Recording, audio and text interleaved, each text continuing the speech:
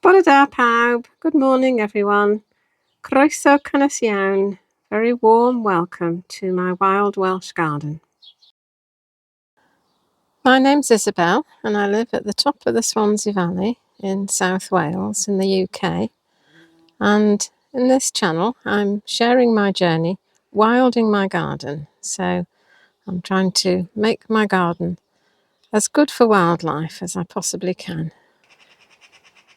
And the thing is, I don't want it just to be good for wildlife. I want it to be a beautiful place that I want to spend time in as well. And yeah, so this is kind of up to you really, for you to decide whether I've been able to do that. Well, we're back to normal here with the weather, having had several months of thinking I was living in the Mediterranean. We're back to rain and showers and a little bit of sunshine. So we've had a lot of rain, a lot of showers, and today we're having a little bit of sunshine. And who would have thought it? We're halfway through June already. Yes, the year is almost half gone. So there's no rain forecast this morning. I'm going to try and get out in the garden and do a June garden tour. So show you what's going on in my wild Welsh garden in the middle of June. Well, this is one of the things that's going on. These cheeky blackbirds coming for their sultanas every morning. I thought I'd start out at the front with the wildflower meadow. I made this last winter. This was just a sort of nondescript bit of garden that had various plants and shrubs and things in. And I decided to take them all out and put 3 tons of crushed builder's rubble in here, mix it up with the topsoil that was left, and sow wildflower seeds. Well, the seeds that I sowed were perennial and they probably won't flower until next year. And I also planted some plug plants. So there's red campion, oxeye daisy, purple toad flax, and some other things that I bought from Wild Your Garden. But the stars of the show are the poppies, the red poppies and the Californian poppies. And of course they're not supposed to be here because neither of those are native. But like I said before, I'm not a purist, and they just look so bright and cheerful, and the insects like them, so they can stay. I haven't sown either of these poppies. Their seeds must have been present in the soil, and then the conditions that I've provided here are just right for them. And this year, the weather's been just right, and yeah, they're just loving it. And this rose has really enjoyed all the other plants and shrubs going. It's really given it lots of space to grow and bloom and just look fabulous. I'm letting the weeds grow all around my cottage at the front, having had a little bit of a battle with the council to stop them from spraying it. But to be honest, when I did that, I wasn't bothered about the weeds. I hadn't started wilding my garden. I wanted them to stop spraying my erigeron. So the erigeron is growing and blooming furiously, and then so are all these weeds as well. This is looking up to the garden from the side of the cottage, and look what I've just seen waving at me, growing out of the Pyrrhus. Yes, I don't really think I want a bramble growing up out of the Pyrrhus, so I'll try and dig it out, which might be a bit difficult given where it's growing up from, but if I can't, I'll just cut it off. These are the steps that just go up onto the garden, under an arch. I made that a couple of years ago from hazel poles that were pollarded from a hazel tree over the road. And the plan was to grow all sorts of climbers up it. Well, climbers are very reluctant to grow in this garden for some reason. And there's more red poppies in the back garden as well. On this side, I planted a climbing rose, and it's just started to grow this year. It's just sent up this really, really strong shoot, which has gone all the way, almost to the top. And I've also noticed that there's a cleavers there, sticky willy. Well, I'm not sure I want that growing up over the arch, so I'll pull that out. And on the left here, there's just a series of flower beds in which I've got a mixture of native plants and non-native plants. And they're all chosen as plants that will benefit wildlife in some way. So either plants that produce flowers with pollen and nectar for the pollinators, or plants that are the larval food plant of our native insects, or in the case of this bird's foot trefoil, both, because it's a very attractive plant for the pollinators, and it's also the larval food plant of the common blue butterfly. And I guess the major difference between this sort of gardening and conventional gardening is that this is just that bit more untidy. So there's weeds growing along the edge of the borders, and weeds that a conventional gardener would pull out, like that speedwell over there, I leave because it's pretty, has pretty blue flowers that the insects like, and it's ground cover and it helps to stabilise the soil, and it's not really competing with anything around it, so yeah, it can stay. And in the olden days I would have pulled this forget-me-not up a long time ago and put it on the compost, but I leave it now because of the seeds for the sparrows. I have a lot of sparrows in my garden, and I want it to self-seed as much as possible and to germinate and provide ground cover during the winter. And some of the spring flowering plants have started to produce seed heads. These are the red campion that aren't ready to harvest yet, and these are the ragged robin that are. So I shall be doing that over the next few days if we get a dry spell. I'll be harvesting some of these seed and sowing them for next year, because I've found that once they get established, like the foxgloves, these wildflowers do self-seed quite efficiently, but to begin with, they do need a bit of a helping hand. And on the left here is the lawn, and there's white clover and red clover and yellow rattle. Some of the yellow rattle is forming seed pods now, and they'll start to rattle soon, which of course is where it gets its name from. But this is a semi-parasitic plant on grass, so it weakens the grass and it gives the wildflowers more of a chance to grow and bloom. And there's more pink clover and yellow rattle and fox and cubs over this side. Over this side I've just left the grass to grow long. And the reason for that is that so many of our native butterflies, their larval food plant is grass. Most of the grass here is Yorkshire fog, and that's the larval food plant of the small skipper butterfly. The bed on this side of the lawn is pretty much non-native plants. There's rose, thalictrum, geranium, phlox. There's a cultivated verbascum. Conventionally, you have a nice neat edge to your lawn, don't you? Which, as you can see, I haven't got here. But I really like it. I like the way that the lawn just sort of, I don't know, blends into the flower bed. There's a cleavers growing up through that astrantia and that phlox. Yeah, I don't think I want it there because it will smother them. So I think I'll pull that up. On the other side of the bed, there are some azaleas, which look lovely in the spring, but I'm afraid for the rest of the year, they just sort of sit there looking like green blobs, really, which was one of the reasons why I planted that clematis there, which was supposed to scramble through it all and look lovely, but it's just been very, very slow to get going. And then I noticed that there's some cleavers growing up on the edge of the azaleas. And you know, I think I might leave them there and sort of train them over the azaleas. And then perhaps the hummingbird hawk moth will find them.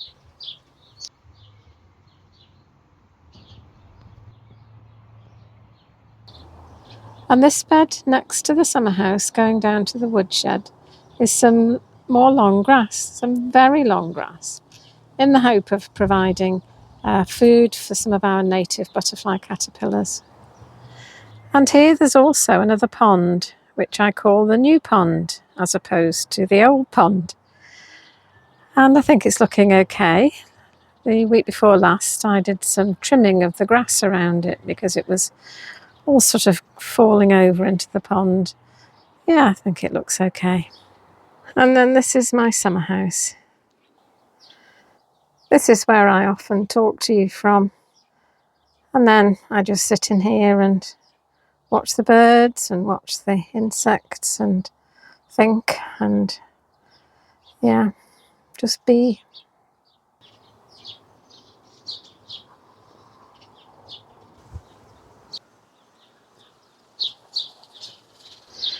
And June is a time for roses. So we pass by Gertrude Jekyll here, looking a little bit the worse for wear after the rain, but nonetheless very beautiful. And she's the one rose that I don't think really does much for wildlife, apart from maybe the leaf cutter bees who can take the leaves to lay their eggs in. And then I now have a rose arch. I've always wanted a rose arch, and this year it's almost meeting in the middle.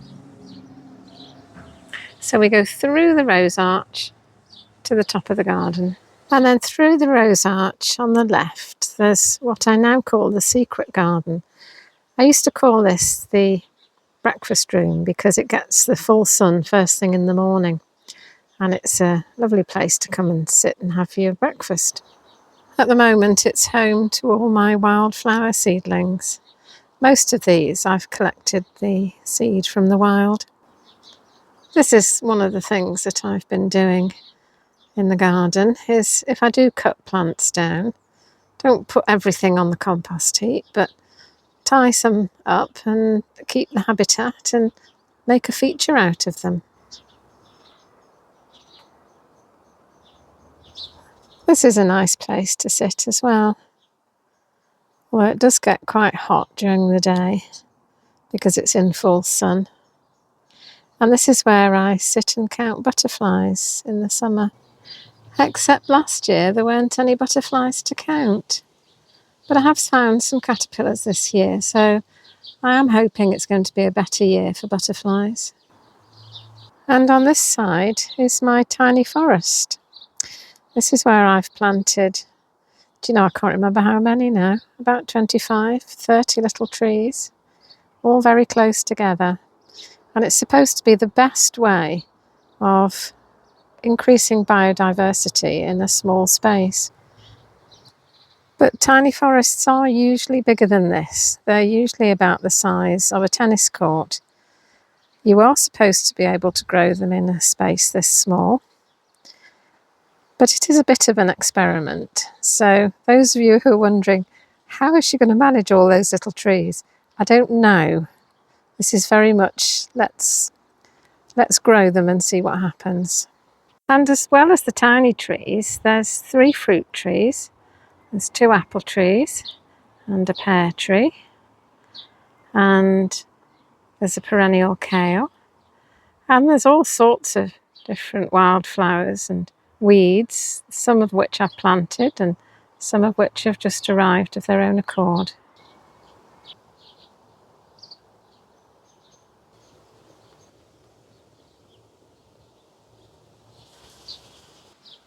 But what's really looking good in this bed are the teasels. They're flowering now. I grew these from seed. And there's some over there as well, and evening primrose, which isn't in flower yet. And they're going to take the place of the foxgloves and the granny's bonnets. The foxgloves are still flowering, but they'll be over soon. And the granny's bonnets are now just seed heads.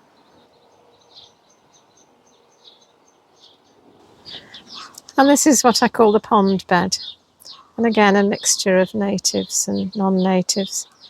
Even in the pond, I'm afraid, because that water lily is not a native one. It was supposed to be. It was supposed to be the white native one, but it turned out to be pink.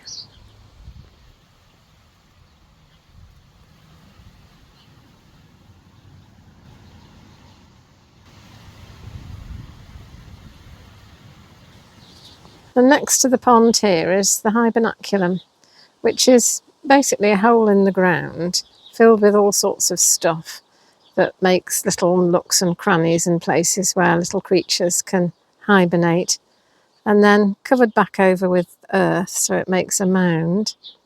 And it's just been colonised by evening primrose, foxgloves and ragwort. And I'm just so hoping for cinnabar moth caterpillars on the ragwort this year. Down here is the hedgehog cafe. Hedgehog's deserted me for the summer, as he does, but probably he'll be back in the autumn. Under the hedge is a bucket of stagnant water, and that's a hoverfly lagoon, because some hoverfly larvae like to live in stagnant water. So yeah, that's what this is doing here.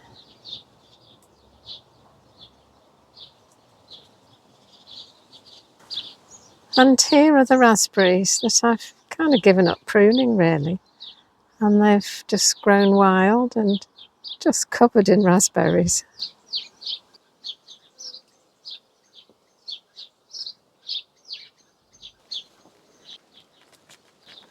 There's enough for me and the birds. All along the back here is a native hedge. And those of you who've been following me for a while will know that I've been struggling and agonising over how best to manage it. And I still haven't decided, to be honest. But I will have to do something. It will have to be managed, or it will no longer be a hedge. It will just be trees. This here is a bird cherry. And I think if I had my time over again, I would not plant bird cherry because it's extremely vigorous. And I'll just turn around and show you the garden from up here.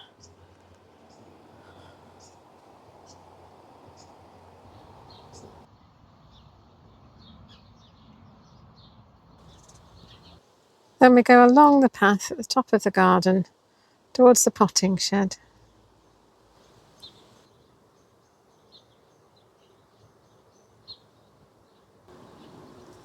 I'll just show you the pond bed from the other side.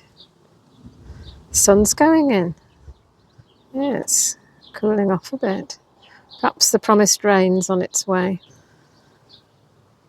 Veg beds here. I've put the sweet corn out and the sweet peas and runner beans growing up the wigwam, and potatoes over there. And self-seeded nasturtiums in amongst the potatoes. They've just started to flower.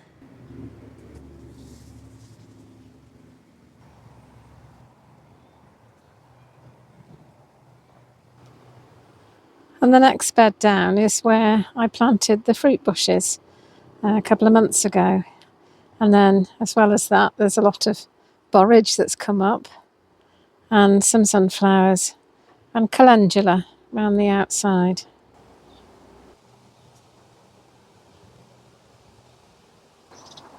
On the left of the path are some autumn raspberries that I have pruned. I cut those right down to the ground in the winter. And yeah, so looking forward to some nice fruit from those this year.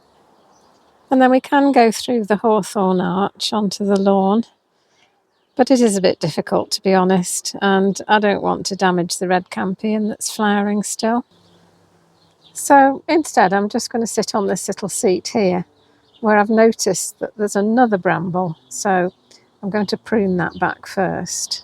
There's the offending bramble. I'm going to go and put that in the dead hedge over the road. I'm just going to sit on this little seat and eat some wild strawberries that I've just found growing under the raspberries here. This is another nice place to sit. Very secluded up here. So I think that's it for today. I've not been into the greenhouse or the polytunnel because I think that would just make the video too long. So if you'd like to see what's going on in there, or if you're just interested to know what's going on in my garden and you'd like to follow my exciting adventures as I wild it and make it better for wildlife, then please like the video, subscribe to the channel, and I'll see you in the next video. Bye! Wildflower!